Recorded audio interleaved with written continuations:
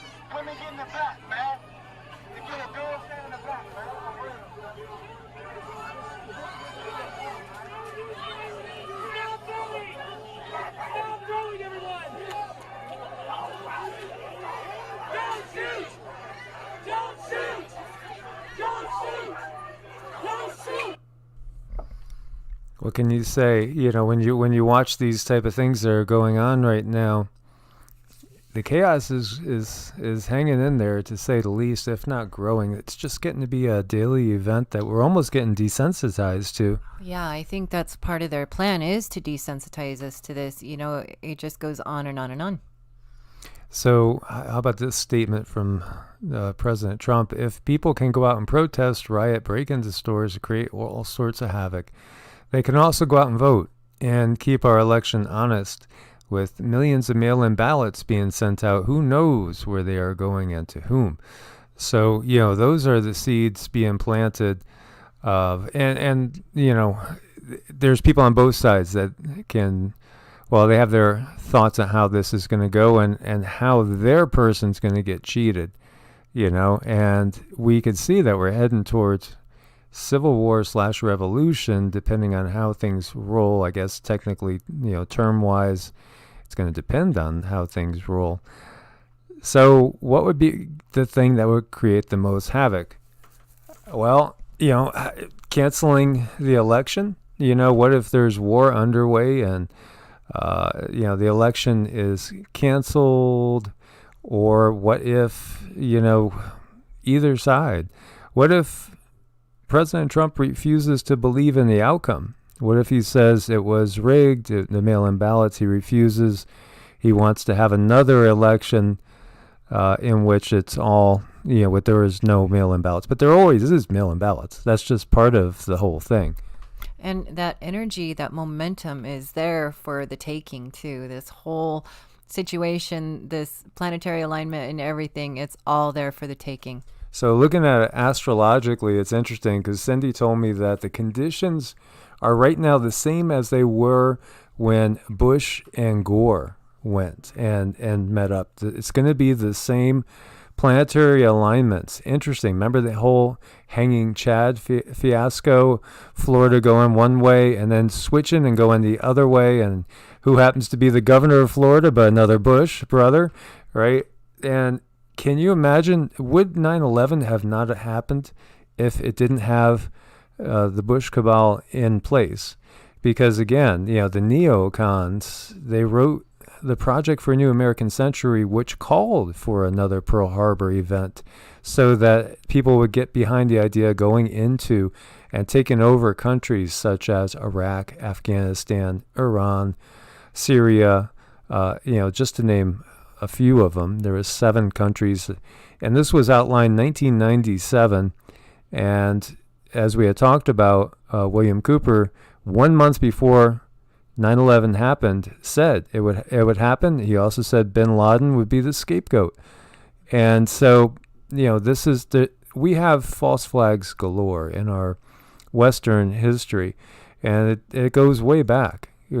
I've talked about briefly Lusitania, the Titanic. Look at the bankers that were on the Titanic. Look at the families that were on the Titanic. Really look at it. Again, there's been so many false flags and so many events that have been rigged to make a certain outcome. So will it be, as is the case right now, when you're looking at the polls, President Trump's falling farther and farther behind? And of course, there's people that are going to say, well, all those polls are liberal polls, so they're all just what, the liberal media wants to get out. And, again, both sides are controlled. Ultimately, this is a corporate world, and the corporations control everything, and they make money off of both sides during wars. That's one of the most profitable businesses there is the war effort, because it also ends up helping out the pharmaceutical industry as well, with people that are going to be injured, ill, have psychological issues after the fact. It's all part of this horrible dystopian society that we have, which is now crumbling all around us. As people are being triggered, and as you guys probably know, Cindy's big into Vedic astrology, and we are both energy workers. It's all about processing things right now and purging, and we're purging as a society. They are taking down, statues left and right. And by the way, reporters are ordered to leave the White House while the protests take place nearby, according to CNN. One of the things that we've seen totalitarian regimes do is, complete lockdowns and not allow any information to get out there, complete censorship. The whole world is going that way right now. It's going that way big time. For everything from what we've been talking about with Google, Facebook, YouTube, all these different media companies, that it's getting more and more obvious that they're under the control of somebody with an agenda. And here you have, this lockdown going on and getting all the reporters out of there. But, still, there's tons of cell phones. People are going to record stuff that happens. But, again, there was also the Trump rally, which was a big dud and a big failure. And you got to wonder if that, goes into play. And here you see Black House Autonomous Zone, watch protesters erect barricades and try to pull down Andrew Jackson statue. And a lot of quote-unquote patriotic Americans are up in arms over these statues coming down. Many people don't care about the Confederate ones coming down, as they view the Confederacy in a negative light and view the Founding Fathers in a positive light. As we had shown, probably about half of the Founding Fathers had slaves and were slave owners. And, some will say, well, that was just a different time. Wrong is wrong and right is right. There's never a time when slavery is justified, and that's just period. Yeah, and, that's becoming more and more relevant today. I mean, and obvious, because we're all kind of like in that situation where we're being used. Exactly, and manipulated, and also seeing things in a different light. Like we've talked about, Christopher Columbus. You're brought up thinking he's a saint and he's wonderful, and then you realize, no, he He slaughtered people, and he had slaves, and he harmed so many indigenous people and led to the deaths, of millions when you get down to it. Not that he himself killed millions, but ultimately paving the way for what was to come. So people are waking up, and there's something to genetic memory and working out the sins of our fathers. Interesting, too, that whole concept of the sins of the fathers coming down on the children, because it's passed in your DNA. Everything is accessible in your DNA, and right now people are working out the pain and the suffering that has been caused by this society that we are in and have been in, going back to the Roman Empire and beyond that. There's a lot to say about DNA memory and past traumas. Yeah. U.S. uses arms control summit with Russia for China bashing, derails talks needed to prevent new arms race. This is from Scott Ritter, who is a former U.S. Marine Corps intelligence officer who is writing for RT, the Russian government, backed paper, the official paper of the Russian government. So that's a Minuteman missile, and let's hope we never actually see those things actually shot with the intent to harm. Things are falling apart globally right now. We know that, we recognize that, we see the tensions, and as this says, a potential conflict between U.S. and China could be far more dangerous than Soviet-American Cold War. It's interesting because, our societies have been so much more intertangled than Russia, well, the Soviet Union was, with the U.S. and the NATO countries. There was kind of like a complete divide in every way. There's not so much, though now they are pulling away in every way, which lets you know. And decoupling financially is a key, and it does give us a clue that real direct conflict between the two powers could happen at any time now. And we had talked about the 5 fingers before, warning, and this was basically a warning that was given, talking about even back in the time of Mao, where China was going to take over its neighbors, and they did. They control Tibet, and the poor Tibetan people who are, it's just such a rich culture, such a amazing people, and they suffered under Chinese rule and lost their freedom. And here, we obviously have been watching China and India. And China reportedly now has occupied a Rui village in the Gorkha district of Nepal. And Nepal is one of the ones on the list that they're going to go over and take over. China is moving now. They really are moving. This is part of what's going to become a global conflict. Yeah, they're bullies. And here you see China claims the Aksai Chin is part of the Xinjiang Uyghur Autonomous Region. And how far back in history do you need to go? Because it was part of the Indian culture for like over 1,000 years. And just think about Taiwan too. I mean, Taiwan's been free of China for going back to the revolution with Mao and all. So we're talking more than most people. The vast majority of people that are alive right now don't remember that. So it's crazy. But then again, and this is something that a lot of people have a religious feeling about. Same thing with reestablishing Israel, because Israel had been basically obliterated from 70 AD until reinstated in the 1940s. And it goes back to the Balfour Declaration, which was the work of the Rothschilds, one of the 13 families that were actually rule the human side of this world. And then, of course, there's the darker forces that are above them controlling everything. And we see here the fleet tracker. So I believe the Nimitz was going to spell the Roosevelt, or vice versa. Right now there's 4 groups in the Pacific Theater, which is unusual. And just, we'll watch and see if one of them does come back into port. 2 here is pretty typical. Sometimes there's 3. So always watch the movement, see what's going on. So futures and the yuan plunge after Navarro says China trade talks deal is over. You see global pandemic? Yeah, buy stock. Global economic collapse, buy stocks. U.S.-China trade deal's over, sell, sell, sell. But again, it's part of the decoupling.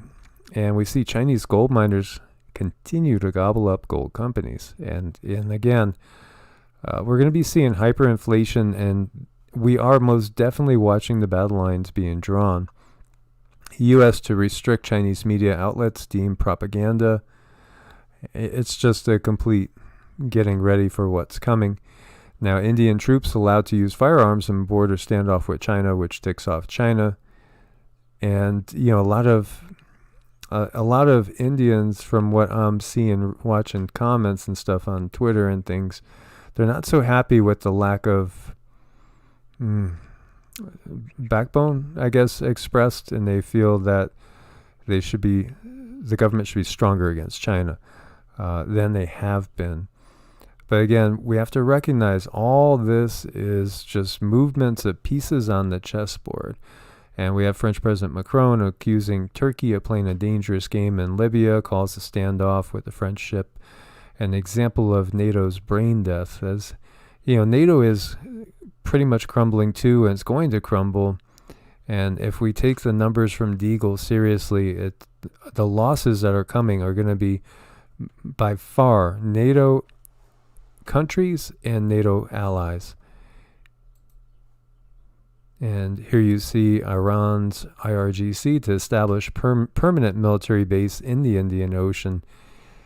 Times are changing. Times are changing, and this alliance that is there, and China will be allied with quite a few countries, quite a few. Most definitely Iran, as well as Pakistan, and you know there will be others. Russia, you know, we'll watch what Russia does, how much they are involved actively, and we'll have to keep our eye on that. But they are definitely allies with China as well, although they are wary of China as well in the big run. So it might not be the case that eventually they would, well, they probably realize they will come at odds with China in the future at some point.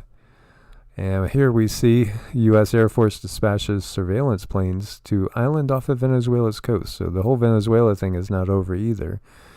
And as we know, they wanted to get Maduro out of power. And Libya is in a disaster right now. And Egypt and Turkey might end up facing each other over in Libya in direct confrontation and war. And if you guys have looked at the numbers and all, you might not think much of Egypt, but they actually have a pretty formidable military, at least by the numbers. And then Turkey does as well. So very interesting scenario there. But again, let's hope that the forces of peace can prevail, as it feels like the dark forces are getting all their chess pieces lined up. Oh, yeah, everything's moving into alignment, and they have some momentum. So here we are. And obviously, we are in a very tumultuous time right now. I think that what we're seeing now is nothing compared to what's going to be coming and facing us in November and December. And so it's really so important for us to be as prepared as we can. And I think, again, spiritually is of such high importance. We cannot allow ourselves to be pulled into the atrocities that we see being committed on a daily basis all over. Yeah, the Buddhist detachment is very useful here. And again, you know, being in as safe a place as you can be, getting to as safe a place as you can if you're not in a safe place. I really don't think it's going to be very safe in any urban areas. Very, very few urban areas, because it's basically, it's just unraveling as we watch right now. And the food situation is, again, going to keep going and becoming more and more challenging. We have too many things going on right now all at once.